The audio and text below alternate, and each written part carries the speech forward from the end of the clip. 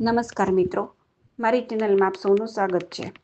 આજે આપણે શ્રાવણ માસમાં લીલી બંગડી પહેરવાનું મહત્વ એ વિશે ચર્ચા કરીશું. શ્રાવણ માસમાં લીલી બંગડી પહેરવી એ એક ફેશન નથી, પરંતુ પ્રકૃતિ, ભક્તિ, સૌભાગ્ય અને સકારાત્મક ઉર્જા સાથે જોડાયેલી એક સુંદર પરંપરા છે.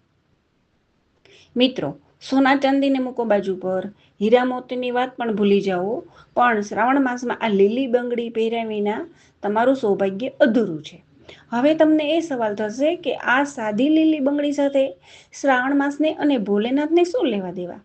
તો ચાલો આજે આ લીલી બંગડી પહેરવા પાછળનું રહસ્ય ખોલીએ.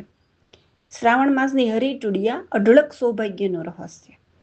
ધર્મશાસ્ત્રો અનુસાર પરિણીત મહિલાઓ આ મહિનામાં લીલી બંગડીઓ પહેરીને પતિના લાંબા આયુષ્ય, સુખી વૈવાહિક જીવનની કામના કરે છે. આ પરંપરા ભગવાન શિવ પાર્વતીની કૃપા સાથે સીધી રીતે જોડાયેલી છે. કુંવારી કન્યાઓ શિવજીની પૂજા કરીને લીલી બંગડી પહેરે તો કન્યાઓને મનગમતો વર મળે છે. હવે પ્રકૃતિની દ્રષ્ટિએ જોઈએ તો શ્રાવણ માસ એ વરસાદ અને હરિયાળીનું પ્રતીક છે.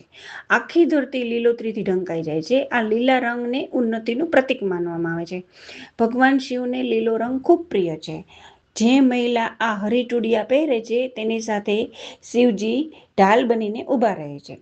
હવે જ્યોતિષની નજરે જોઈએ તો લીલો રંગ એ બુધનો રંગ છે. બુધ ગ્રહનો રંગ છે. બુધ ગ્રહ જ્યારે મજબૂત હોય ત્યારે બુદ્ધિ તેજ થાય, વાણીમાં મીઠાશ પણ આવે.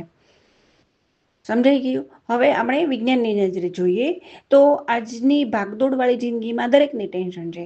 પણ મિત્રો, આ લીલો રંગ છે ને એ મનને શાંત કરે છે. મનોવિજ્ઞાન પણ કહે છે કે આ રંગ જોવાથી સ્ટ્રેસ ઓછો થાય છે, આત્મવિશ્વાસ વધે છે, કોન્ફિડન્સ વધે છે. એટલે કે મિત્રો, આ હરિચૂડિયાનું રહસ્ય સમજાઈ ગયું ને તમને? હરિચૂડી માત્ર સૌભાગ્યનું નહીં, પણ તમારી માનસિક તાકાતનું પણ પ્રતીક છે. અને ભોલેનાથની કૃપા પણ વરસતી રહે છે. તો આટલા બધા ગુણો ભેગા કરે છે આ હરિચૂડિયા.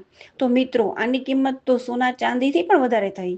હરિચૂડિયા એ સૌભાગ્યની ચાવી, શિવજીની કૃપા અને મનને શાંત કરવાનો કલર. આટલા બધા આ ગુણો છે. તો મિત્રો, મારી આ વાત તમને ગમી હોય તો આ વાત શેર કરો, લાઈક કરો, કોમેન્ટ કરો. કોમેન્ટમાં હર હર મહાદેવ લખજો મિત્રો. અને જો તમે મારી ચેનલમાં નવા હો તો સબસ્ક્રાઈબ કરજો. આવતા વિડીયોમાં ફરી મળીશું મિત્રો. હર હર મહાદેવ. જય શ્રી કૃષ્ણ.